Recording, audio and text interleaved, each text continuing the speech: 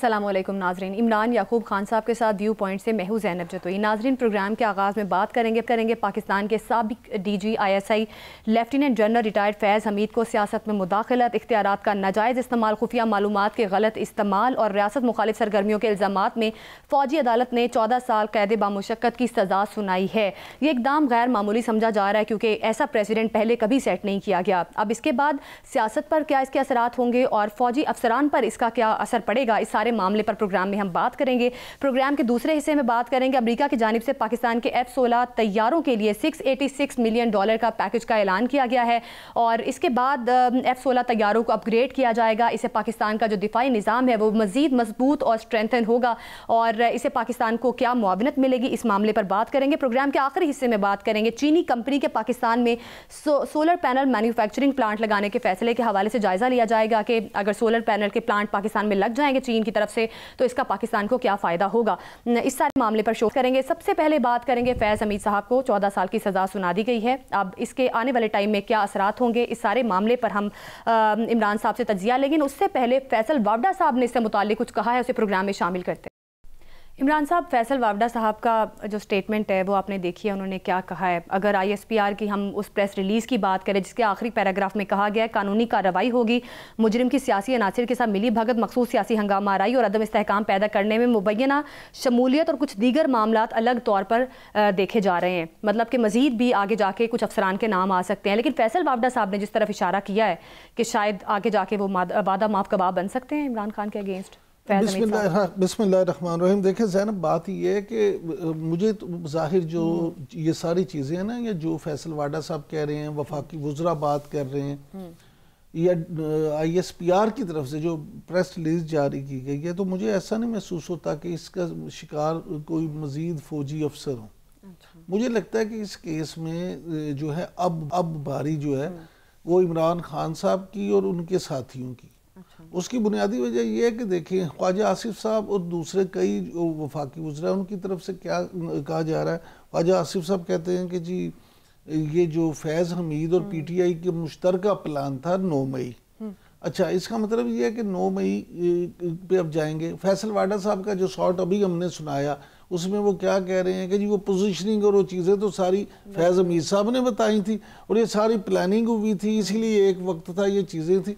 अब अगर फैज़ हमीद साहब वाकई ही जिस तरह से ये फैसल वाडा साहब कह रहे हैं इमरान खान साहब के खिलाफ गवाही दे देते हैं, वो वादा माफ बने या ना बने जो भी हो, लेकिन अगर इमरान खान साहब के खिलाफ गवाही देते हैं या जिन लोगों के PTI के लीडरों के खिलाफ वो गवाही देंगे, उनके लिए तो फिर रावी चैन नहीं लिखेगा। उनके लिए तो फिर आप ये देखें कि जब एक मेन मुल्जिम जो है, बल्कि मुजरिम, अब तो उनको सजा हो चुकी है, एक मुजरिम अगर ये वहां पे इतराफ करता है कि जी हमने ये किया है, लेकिन मेरे साथ ये लोग भी शामिल थे और इसका ये रोल था, इसका ये रोल था, इसका ये रोल था, तो फिर उनको भी सजा होगी।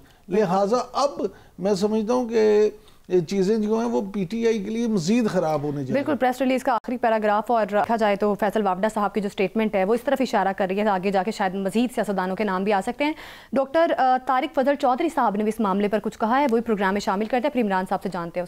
इमरान साहब, डॉक्टर फजल चौधरी साहब की स्टेटमेंट पे आप क्या कहेंगे? तो ये तारिक फजल चौधरी साहब ने जो कहा है तो उससे तो बात बिल्कुल क्लियर हो जाती है कि सहूलतकार जो हैं उनका भी अभी इंजाम होगा और जो उनके साथ हैं जजेस के बारे में बात, सहूलतकार वो जजेस को ही कह रहे हैं ना, अब वो जो हैं उनको भी सजा होगी। तो इसका मतलब ये है कि जो जस्टिस साकिब निसार साहब का नाम सामने आ रहा था, हो सकता है बात वहां तक पहुंच जाए। और आप एक बात ज़हन में रखें कि अगर आप साबिक DG ISI को सजा सुना सकते हैं तो फिर साबिक चीफ जस्टिस को सजा सुनाना कोई बड़ा काम नहीं है। क्योंकि अगर आप देखें कि पाकिस्तान जैसे मुल्क में DG ISI जो है भले ही आईनी तौर पे उसका मुकाम चीफ जस्टिस ऑफ पाकिस्तान से कहीं नीचे है, लेकिन पावर में अमलन वो चीफ जस्टिस से कहीं मजबूत ओहदा समझा जाता है। तो ये जो मामला है, मुझे नहीं लगता कि अब ये बात यहाँ रुकेगी। इमरान साहब, अगर साकिब निसार साहब का नाम भी आगे जाके सामने आता है तो आप समझते हैं कि बाजवा साहब का नाम भी आ सकता है? देखिए, ज़रूरी नहीं कि साकिब निसार साहब का नाम हो, मजीद भी कुछ सूरतकार हो सकती है। प्रोग्राम में आगे बढ़ते हैं। हमें ज्वाइन किया है साबिक डिप्टी अटॉर्नी जनरल राजा खालिद महमूद, माहिर कानून है। राजा खालिद महमूद साहब, बहुत शुक्रिया आपके वक्त का। क्या समझते हैं, फैज़ हमीद साहब को मिलने वाली सज़ा को एक मिसाल के तौर पर देखा जा रहा है कि कभी भी हिस्ट्री में ऐसा नहीं हुआ कि इतने बड़े फौजी अफसर को सज़ा मिले, तो आप क्या समझते हैं अब आने वाले टाइम में क्या मैसेज इस सज़ा के थ्रू दिया गया है, सियासतदानों पर इसका क्या इम्पैक्ट आएगा और ख़ास तौर पर फौजी अफसरान पर इस सज़ा का क्या इम्पैक्ट आएगा? जी, बिस्मिल्लाहिर्रहमानिर्रहीम।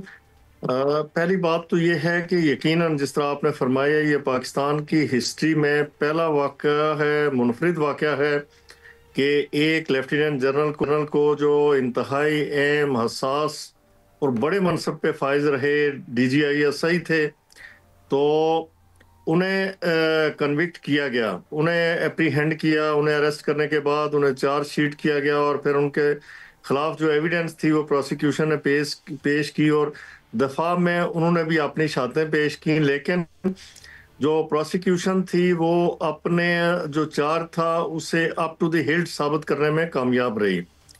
तो मैं समझता हूँ कि यकीनन ये एक मुनफरिद वाक़या है और जो पाकिस्तान आर्मी है उन्होंने एक एग्जाम्पल सेट की है, एक प्रेसिडेंट सेट की कि कहा जाता था ना जी कि मुकद्दस गाय हैं, ये तो बड़े लोग हैं, ये तो अनटचेबल हैं, ये अपनों पे हाथ नहीं डालते। इस तरह की चहमगोइयाँ होती थी और उनके खिलाफ एक ख़ास सर्कल से इस तरह की बातें और प्रोपेगेंडा किया जाता था। लेकिन इस फैसले के बाद मैं समझता हूँ कि उनके मुंह भी बंद हो गए और पाकिस्तान आर्मी ने साबित कर दिया कि उनका जो सेल्फ अकाउंटेबिलिटी का जो प्रोसेस है, जो प्रोसीजर है, दैट इज वेरी स्ट्रांग। ठीक है, वो बड़ा। राजा साहब, जी जी, ये फरमाइएगा कि कुछ वफाकी वज़रा का ख्याल है कि फैज़ हमीद का साथ देने वाले जितने भी दूसरे लोग हैं उनका भी फौजी ट्रायल होना चाहिए। और फैसल वाडा साहब ने तो ये भी कहा है कि फैज़ हमीद की सज़ा अभी इब्तदा है, 9 मई के केस तो बाकी हैं, उनमें कईयों को सज़ा होगी।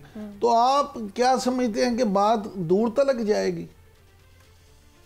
लगता तो ऐसे ही है। जो कल की प्रेस रिलीज थी ISPR की, तो उसके भी जो लास्ट सेंटेंसेस थे उनसे इसी तरह की बात लगती है कि शायद यहाँ पे मामला नहीं रुकेगा, ये आगे जाएगा और शायद फैज़ हमीद साहब का कुछ और केसेस में भी ट्रायल हो। और जो 9 मई को हुआ, देखिए ना, वो भी बिल्कुल एक अनप्रेसिडेंटेड था कि इंडिया को जरूरत नहीं हो सकी कि GHQ पे अटैक कर सके और जो जितनी भी हमारी हसास तनसीबात थी, आर्मी की बिल्डिंग्स थी, आर्मी की एस्टेब्लिशमेंट्स थी, आर्मी की आर्सनल्स थी, उन पे एक ही वक्त में पूरे मुल्क के अंदर अटैक हुआ, जो मेरे ख्याल में बड़ी कोऑर्डिनेटेड एफर्ट थी, जो वेल डिजाइन था, वेल प्लान्ड था और बड़ा सोच समझ के ऐसा किया गया। तो उसमें मैं समझता हूँ कि कोई ऐसा बंदा लाजमन मौजूद था, मैं किसी पे इस वक्त इल्ज़ाम नहीं लगा रहा, ऐसा बंदा मौजूद था जिससे ये मालूम था कि आर्मी के कौन कौन से अदारे कहाँ कहाँ पे उनके ऑफिसेज हैं, उनकी CSDs कहाँ पे हैं और उनके रिहेबिलिटेशन सेंटर्स कहाँ पे हैं वगैरह वगैरह। किसी को आखिर कोई ये नहीं, एक जो आर्मी ऑफिसर है बेशक उसकी 30-35 साल सर्विस हो जाए, उन्हें नहीं पता होता स्वाय इसके कि अपना जो उनका, यानी वो काम से काम रखते हैं। अगर कोई आर्मी मेडिकल कोर्स से है तो उसे अपने अदारे का पता होगा, इंजीनियरिंग कोर्स से है तो उसे अपने अदारे का पता होगा, आर्टिलरी से है तो उसे अपने अदारे का पता होगा और उससे शायद इस हद तक हो कि हमारी तनसीबात कहाँ कहाँ पे हैं। लेकिन यानी बिल्कुल बारीकी में जाके आपको CSDs का भी पता है, रिहेबिलिटेशन सेंटर्स का भी पता है, हर बिल्डिंग का पता है जिसे हिट किया गया और एक ही वक्त में। तो ये बड़ा मुनज़्ज़म किस्म का अटैक था। तो लोगों का ख्याल ये है कि शायद कोई हाई प्रोफाइल बंदा था, बड़े स्टेचर का आदमी था और वेल इन्फॉर्म्ड था जिसने ये सारा करवाया। तो अब देखते हैं कि इनकी तफ्तीश का रुख और इनकी जो इन्वेस्टिगेशन होती है फ्यूचर में वो किस तरफ जाती है, कैसे प्रूव करते हैं। राजा साहब, ये बताइएगा कि क्या हमीद जो हैं वो बानी PTI इमरान खान के खिलाफ भी कोई गवाही दे सकते हैं, और अगर ऐसा होता है तो फिर आप बानी PTI का मुस्तकबिल क्या देखते हैं? देखिए गवाही तो ये है कि उसका मतलब ये नहीं होता कि उस गवाही के नतीजे में ये फारिग हो जाएंगे, लेकिन एक डिस्क्लोजर होता है, एक्यूज का मुलजम डिस्क्लोज करता है जी के सपोज मैं एक मिसाल देता हूँ, अगर कोई चोरी का केस है वो फिर डिस्क्लोज करता है जी कि मेरे साथ फलां फलां भी शामिल थे, मैंने उन्हें ये चीजें उन्हें दी थी, इतना पैसा दिया था, फिर उन पे हाथ डाल के उनसे रिकवरी होती है, तो वो रास्ता दिखाता है, एक मुलजम पकड़ा जाता है तो बाकियों को भी वो इन्वेस्टिगेशन के दौरान फिर वो इम्प्लीकेट करता है, निशानदेही करता है, रिकवरीज भी करवाता है और बंदे भी अरेस्ट करवाता है। तो लेट्स सी के what's going to happen in future, it is up to the पहले एक नोशन पाया जा रहा था जब कोर्ट मार्शल की कार्रवाई फैज़ हमीद साहब के लिए शुरू की गई पिछले साल अगस्त में, तो एक नोशन था कि शायद हाई प्रोफाइल है और इस पर शायद मुश्किल ही कोई सज़ा मिलेगी और इस किस्म का नोशन ख्याल था सबका, लेकिन अब उनको सज़ा हो जाना, आप समझते हैं कि अब ज़ाहिर है आगे वो अपील कर सकते हैं हाई कोर्ट में या सुप्रीम कोर्ट में, क्योंकि माजी में भी ऐसा हुआ, परवेज़ मुशर्रफ साहब पर हाई ट्रीजन केस था और उनको भी सज़ा हुई, लेकिन कुछ सियासी पेचीदगियों अदालती पेचीदगियों की वजह से अमल दरामद नहीं हो सका। तो आप समझते हैं कि आगे जाके शायद फ्यूचर में फैज़ हमीद साहब को भी कोई रिलीफ मिल सकता है मुशर्रफ साहब जैसा?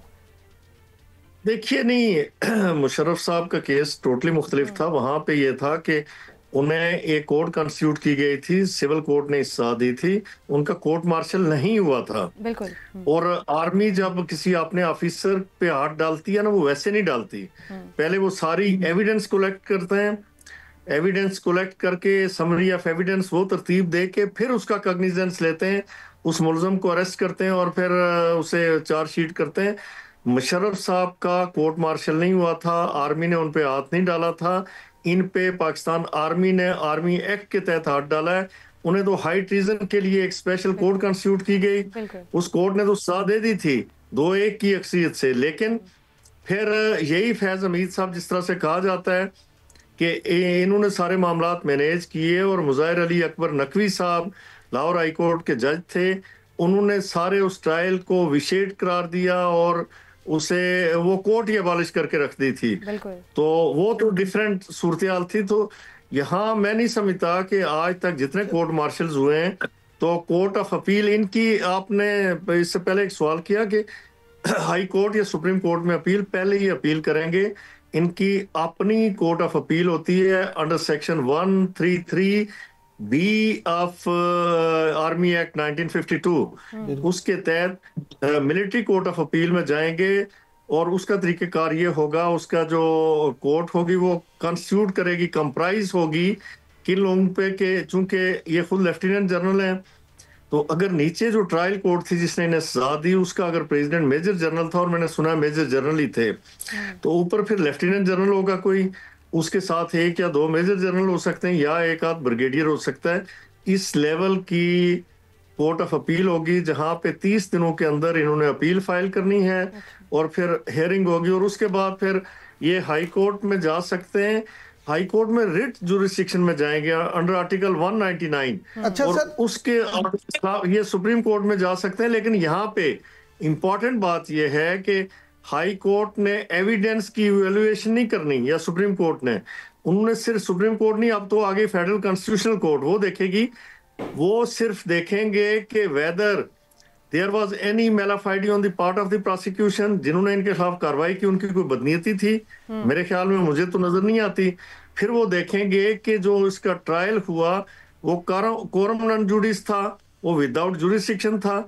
ये जो तीनों चीजें ये मिसिंग लगती है मुझे इस केस में, और मुझे नहीं लगती कि ये तीनों चीजें यहाँ पे अट्रैक्ट करती हैं या फैज हमीद साहब को इनका कोई बेनिफिट मिल सकता है। यानी सर आपके ख्याल में फैज हमीद जो हैं उनको कोर्ट ऑफ अपील में जाके या हाई कोर्ट, सुप्रीम कोर्ट, वफाकी जो कोर्ट बनी है इसकी कॉन्स्टिट्यूशन कोर्ट, उसमें भी कोई फायदा मिलता नजर नहीं आता। सर ये फरमाइएगा कि जो वज़ीर दिफा हैं हमारे वफाकी ख्वाजा आसिफ साहब, उनका कहना है कि 9 मई के वाक़यात फैज़ हमीद और पीटीआई का मुश्तरका मंसूबा था।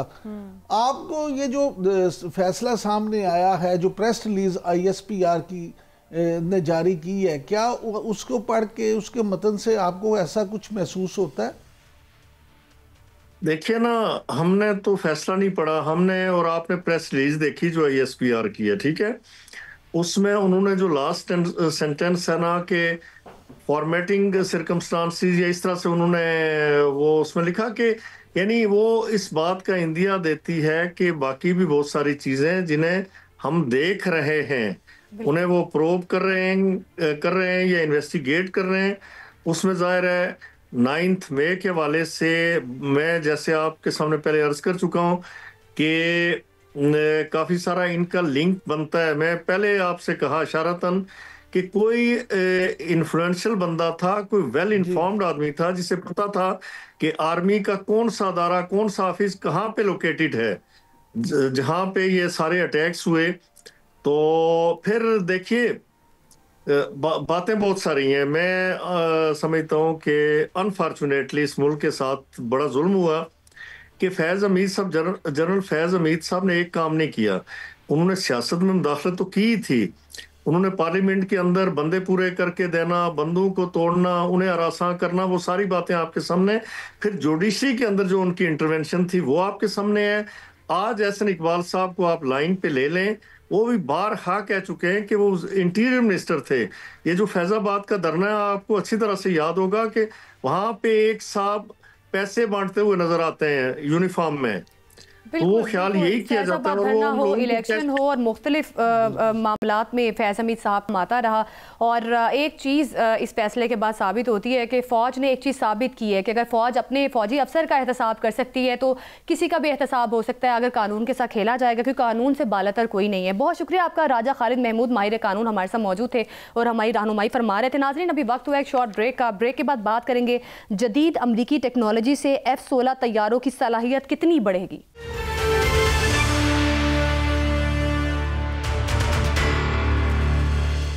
Welcome back. नाज़रीन, अमेरिका ने पाकिस्तान के F-16 तैयारों की अपग्रेडेशन के लिए $686 मिलियन का एक पैकेज है जिसका ऐलान किया है। 2021 में पाकिस्तान ने अमेरिका से दरख्वास्त की थी और कुछ अर्सा ये दरख्वास्त मुतल्लिका मराहिल में रही और अब इस पैकेज का ऐलान किया गया है। इस पैकेज में link 16 data link system, cryptographic secure आलात, एवियोनिक्स अपग्रेड, तरबियती मॉड्यूल्स और लॉजिस्टिक और तकनीकी सपोर्ट और असलहे के टेस्टिंग यूनिट्स शामिल है। इस पैकेज के मजीद खदोखल क्या है और इससे पाकिस्तान का दिफाई निज़ाम किस तरह से आगे जाके मुस्तहकम हो सकता है, इस सारे मामले पर बात करेंगे। Air commodore retired Khalid Chishti दिफाई तज्जियाकार हमारे साथ मौजूद हैं। खालिद चिश्ती साहब, बहुत शुक्रिया आपके वक्त का। किस तरह से देख रहे हैं आप इस सारे पैकेज को और पाकिस्तान का जो दिफाई निज़ाम है उसको कितना बूस्ट मिलेगा?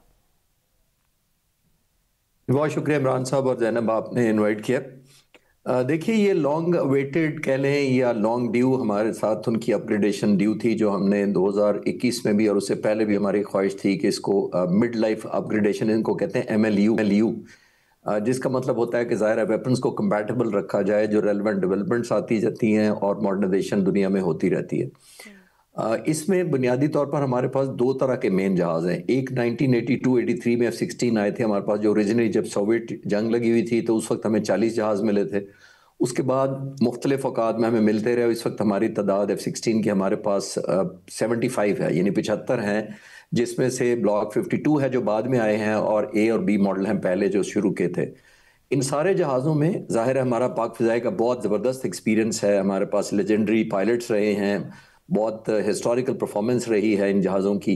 अभी जो आपने नोट किया होगा कि मई के महीने में जब हमारा कॉन्फ्लिक्ट हुआ था तो उसमें F-16 की उस तरह एम्प्लॉयमेंट नहीं हो सकी और सबसे बड़ी वजह उसकी यही थी कि जो इस पर मिसाइल लगता है, एयर टू एयर मिसाइल जो है बियॉन्ड विजुअल रेंज, उसकी रेंज J-10C पर लगे हुए और J-17 थंडर पर लगे हुए मिसाइल से कम थी, जिसका मतलब है कि 60 या 70 किलोमीटर इस मिसाइल की रेंज थी मैक्सिमम। और जबकि J-10C पर जो लगा हुआ था और PL-15 जहाज़ की जो वेपन की जो रेंज है वो तकरीबन 150 से 200 किलोमीटर थी और हमने जो फारदेस्ट शूट किया था हिंदुस्तान का जहाज़ वो 198 किलोमीटर पर शूट किया था। ये बात अच्छा, अब हमें ज़रूरत क्यों पड़ती है? देखिए, जब फाइटर जहाज़ होते हैं वो एक अपनी परफॉर्मेंस उनकी होती है, जिसका मतलब उनमें इंजन कैसा है, उसकी मनूवरेबिलिटी कैसी है, इलेक्ट्रॉनिक्स कैसी लगी हुई है, पायलट की असिस्टेंस कैसे होती है। और दूसरा, जिस काम के लिए फाइटर जहाज़ बनाया जाता है वो होता है वेपन डिलीवरी।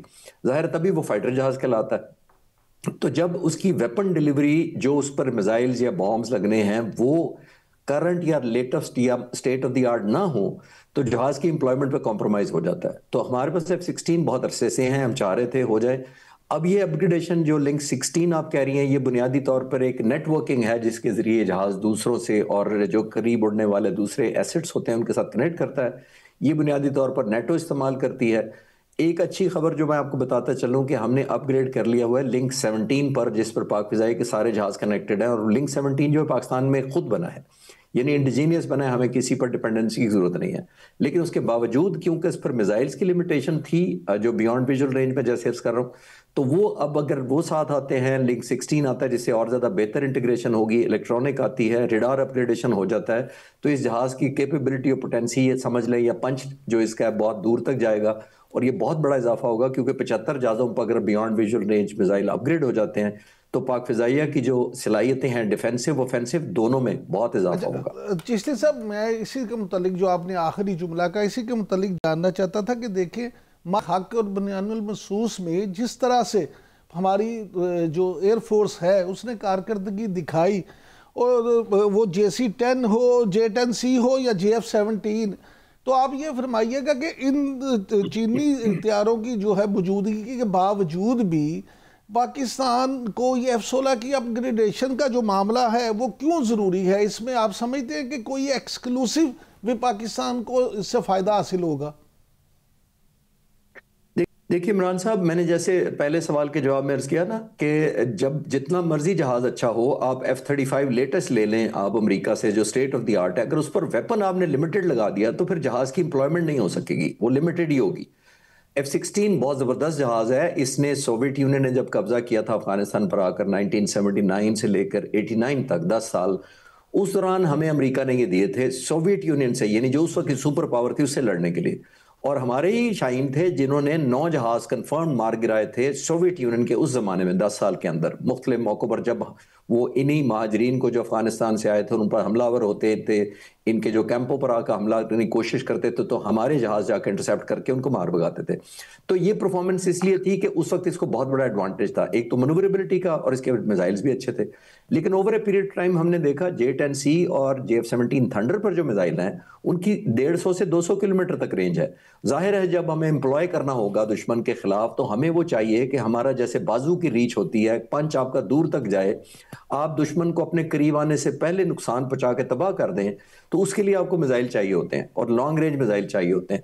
तो F-16 बहुत पोटेंट जहाज है, इसमें कोई शक नहीं है। लेकिन जहां पे थोड़ा सा कॉम्प्रोमाइज नजर आता था हमारा, या इसकी लिमिटेशन आती थी, वो यही थी कि इसकी रीच उस तक नहीं है।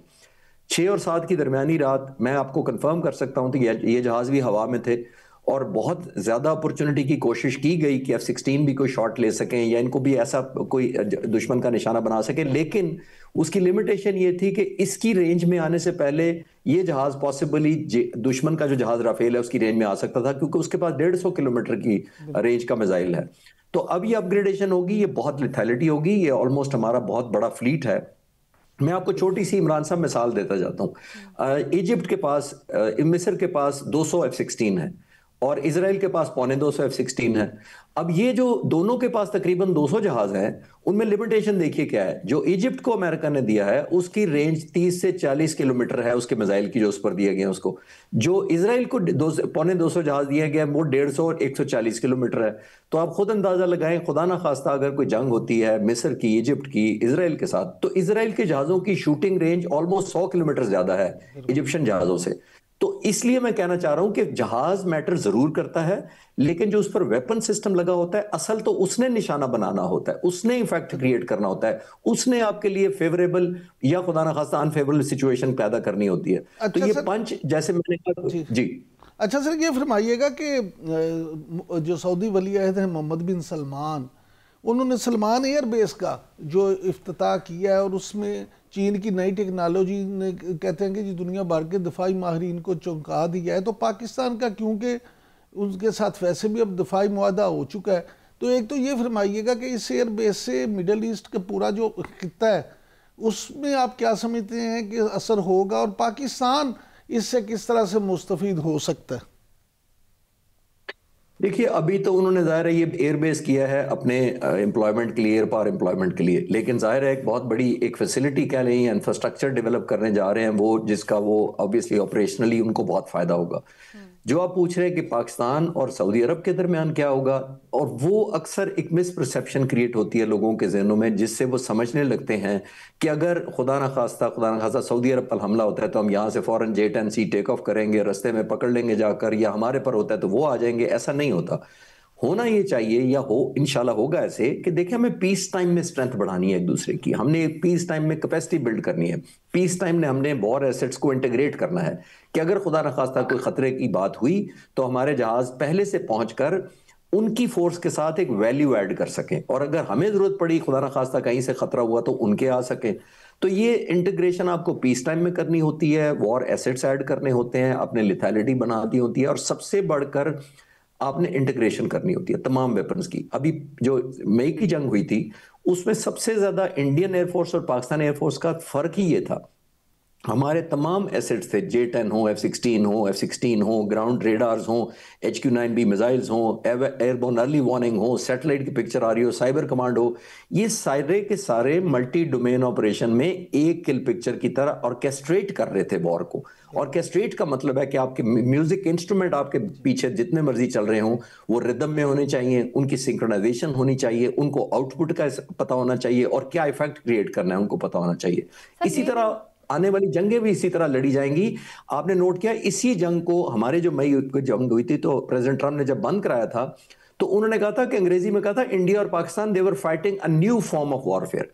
ये न्यू फॉर्म ऑफ वॉरफेयर अब दुनिया हमारी तरफ देख रही है कि ये पाकिस्तान ने कौन से सरप्राइज पैदा किए हैं। तो इंशाल्लाह इंटीग्रेशन में काम आएंगे सऊदी एसेट्स, लेकिन वो पीस टाइम में होने चाहिए। पाकिस्तान ने मार्का हक में भारत को शिकस्त दी, आप समझते हैं कि पाकिस्तान अमेरिका के ताल्लुकात में जो बेहतरी आई है, मार्का हक में कामयाबी पाकिस्तान को जो मिली है, वो इसकी बड़ी वजह है? क्योंकि ये जो लॉन्ग अवेटेड मंसूबा था F-16 की अपग्रेडेशन वाला, तो 2025 में जाके इस पैकेज का ऐलान किया गया। तो आप समझते हैं ये एक बहुत बड़ी वजह है कि मार्का हक में पाकिस्तान को कामयाबी मिली, अब अमेरिका भी पाकिस्तान के साथ ताल्लुकात मजीद आगे जाके बेहतर करना चाहता है? अच्छा सर, इसमें थोड़ा सा एक मेरा भी हिस्सा ले लें सवाल का, कि आपने जैसे बहुत अच्छी तरह सारा बयान किया कि पाकिस्तान को अपग्रेडेशन से फ़ायदा क्या होगा, तो साथ ही इस सवाल के साथ ये भी बता दें, क्योंकि इंडिया का जिक्र होने लगा है, कि इस सारे मामले में इंडिया के लिए भी क्या पैगाम है?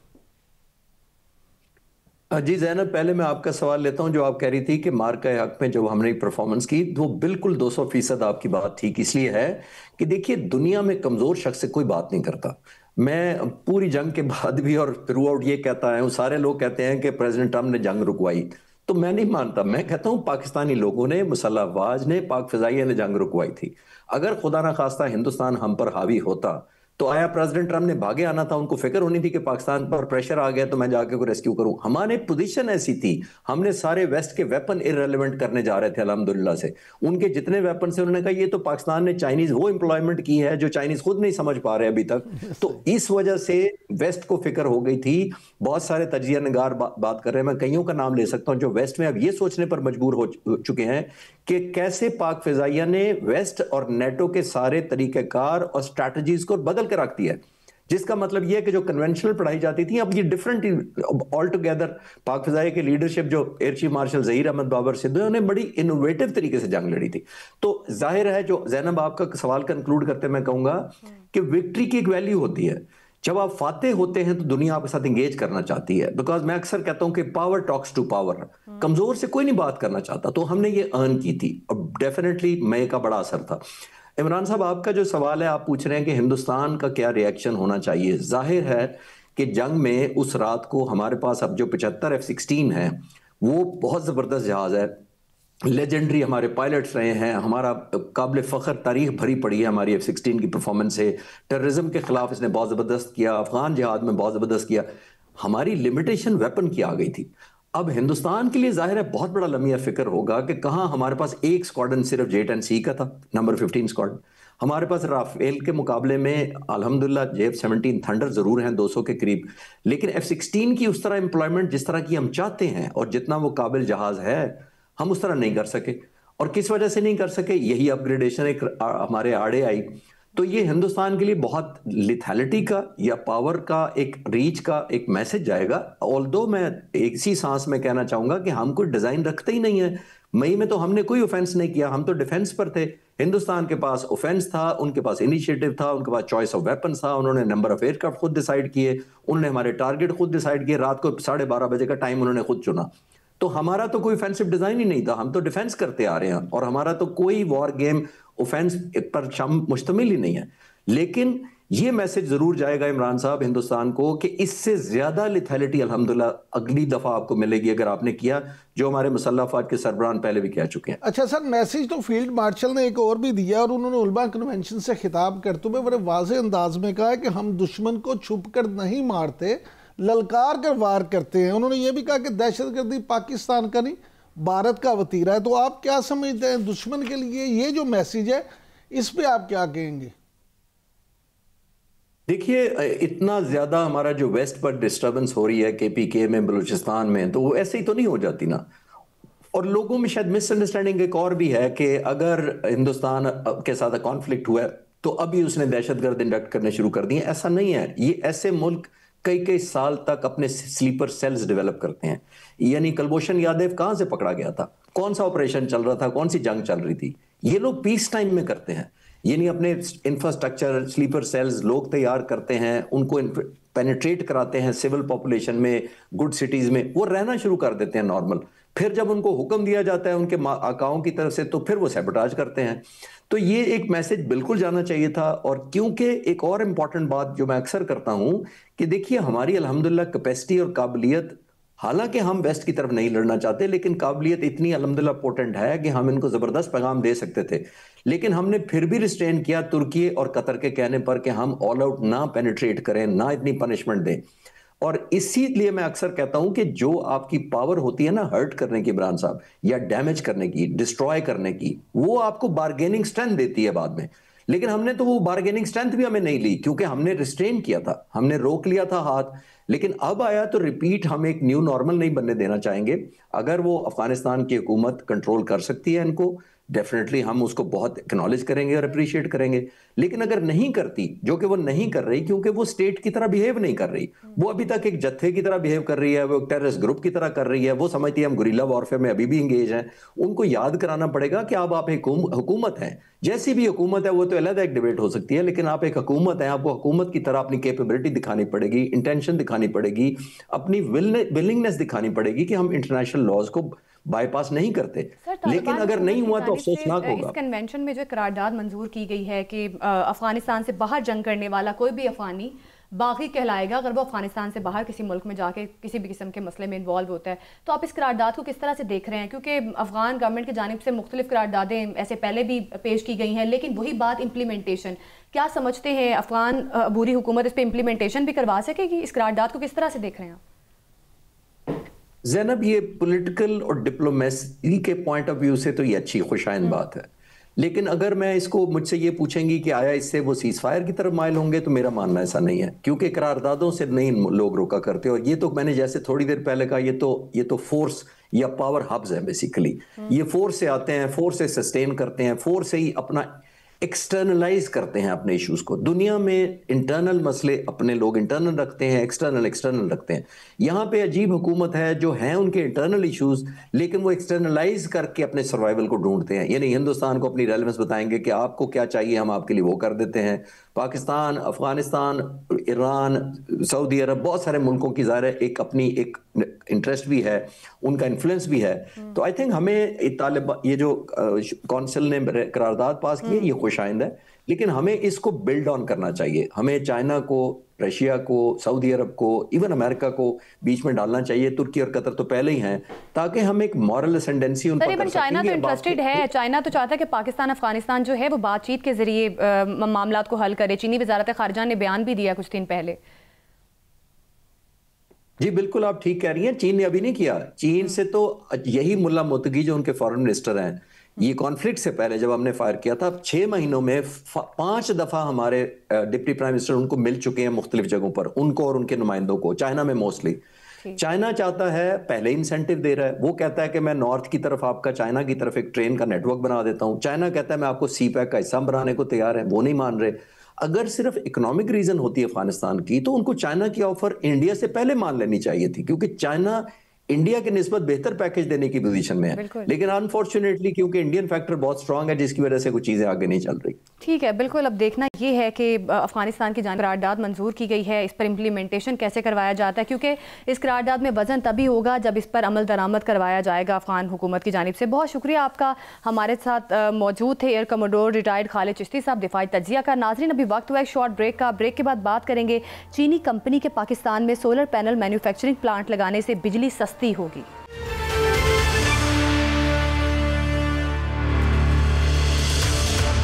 Welcome back. चीनी कंपनी ने बड़े पैमाने पर पाकिस्तान में सोलर के हवाले से प्लांट लगाने पर दिलचस्पी का इजहार किया है। इसका इम्पैक्ट क्या आएगा, इस सारे मामले पर बात करेंगे। Doctor Khalid Waleed, energy expert, हमारे साथ मौजूद हैं। डॉक्टर खालिद वलीद साहब, शुक्रिया आपके वक्त का। क्या समझते हैं आप, चीनी कंपनी प्लांट लगाने जा रही है, किस तरह से फ़ायदा होगा आम सारिफ को? और ये भी बताइएगा, वफाकी वज़ीर बराए सरमायाकारी कैसर अहमद शेख साहब ने कहा है कि इससे मुल्क की ज़रूरत के साथ साथ बरामदात को भी फ़रोग मिल सकेगा, तो किस तरह से देख रहे हैं आप इस इक़दाम को? जी, इसके 3 बड़े फायदे हैं। एक फायदा तो ये जो आपने बता दिया कि कैसर अहमद शेख साहब ने भी बड़ा राइटली पॉइंट आउट किया कि पाकिस्तान एक्सपोर्ट कर सकता है उसको। दूसरी चीज ये है कि जो पाकिस्तान इंपोर्ट करता है वो इंपोर्ट सब्स्टिट्यूशन होगी। इंपोर्ट हमने देखा है कि पाकिस्तान ने बिलियंस ऑफ डॉलर्स के जो है वो सोलर पैनल्स इंपोर्ट किए हैं चाइना से, तो वो भी हमारी बचत हो सकती है। और तीसरी चीज जो सबसे इंपॉर्टेंट है वो ये कि IMF की कंडीशनैलिटी में पाकिस्तान अपने इलेक्ट्रिसिटी टैरिफ को रैशनलाइज करेगा। इसका मतलब है प्रोटेक्टेड कंज्यूमर की जो कैटेगरी है उसको खत्म करके टैरिफ को बराबर कर दिया जाएगा सभी कंज्यूमर्स के लिए।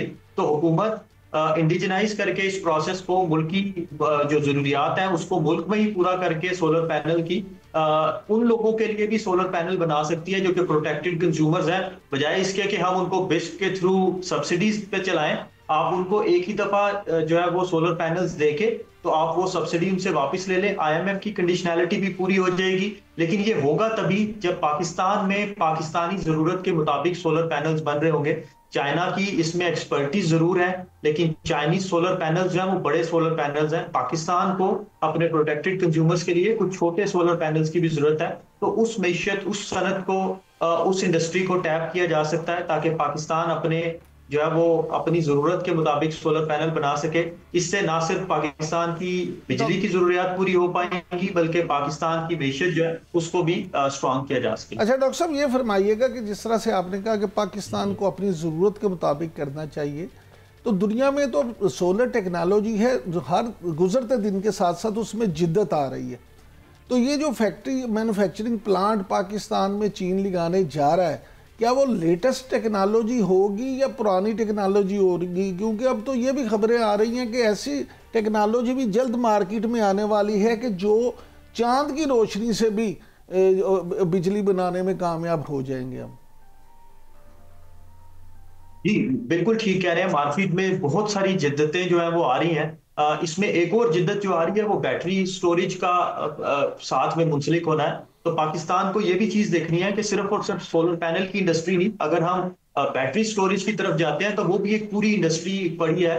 और शायद सोलर पैनल में हम चाइना का मुकाबला ना कर सकें या दीगर ममालिक का मुकाबला ना कर सकें, लेकिन बैटरी, इन्वर्टर और जो आपके सॉफ्टवेयर हैं जो आपके सिस्टम्स को चलाते हैं उसकी मार्केट को जरूर टैप किया जा सकता है पाकिस्तान में। और एक और चीज जो पाकिस्तान जिस पोटेंशियल को टैप कर सकता है, लिथियम आयन बैटरीज जो है उनको बनाना एक बड़ा कॉस्टली जो है वो काम है। आपको रेयर अर्थ मेटल्स चाहिए। पाकिस्तान सोडियम आयन बैटरीज की तरफ जा सकता है और उस इंडस्ट्री को डेवलप कर सकता है। पाकिस्तान में नमक के बड़े ज़खायर हैं। हम छोटे होते से पढ़ते आ रहे हैं कि जो नमक का कीमियाई फार्मूला है वो NaCl है, विच मीन जो सोडियम का सबसे बड़ा सोर्स है वो आपका टेबल सॉल्ट है। तो पाकिस्तान में खेवड़ा में नमक की बड़ी कान मौजूद है। तो पाकिस्तान रॉ मटेरियल्स को यूज करते हुए सोडियम आयन बैटरी की तरफ जा सकता है, जिससे 2 फायदे होंगे पाकिस्तान को। एक ये कि पाकिस्तान अपने ग्रिड लेवल की बड़ी बैटरीज बना सकेगा, वो इंडस्ट्री डेवलप हो सकती है। साथ में आप जो है वो जो लिथियम आयन बैटरीज हैं उसकी इंपोर्ट का जो खर्चा है वो भी कम हो सकता है। तो इस तरह के इनोवेटिव आइडियाज को साथ मिला के अगर हम डॉक्टर साहब हमारे व्यूअर्स के लिए जरा ये भी बता दें कि सोडियम बैटरी और लिथियम बैटरी जो इनकी परफॉर्मेंस जो है उसमें क्या फर्क है, कौन सी ज्यादा बेहतर है? देखिए, अगर आपको एकदम से एनर्जी की जरूरत है, जैसे आपको गाड़ियों में चाहिए होती है कि आप एक्सेलेरेटर दबाएं और आपकी एनर्जी जो है वो रिलीज हो जाए, उसके लिए आपको लिथियम आयन बैटरी चाहिए होती है। देखिए, लिथियम आयन बैटरी जो है वो बड़ी तेजी से पावर रिलीज करती है।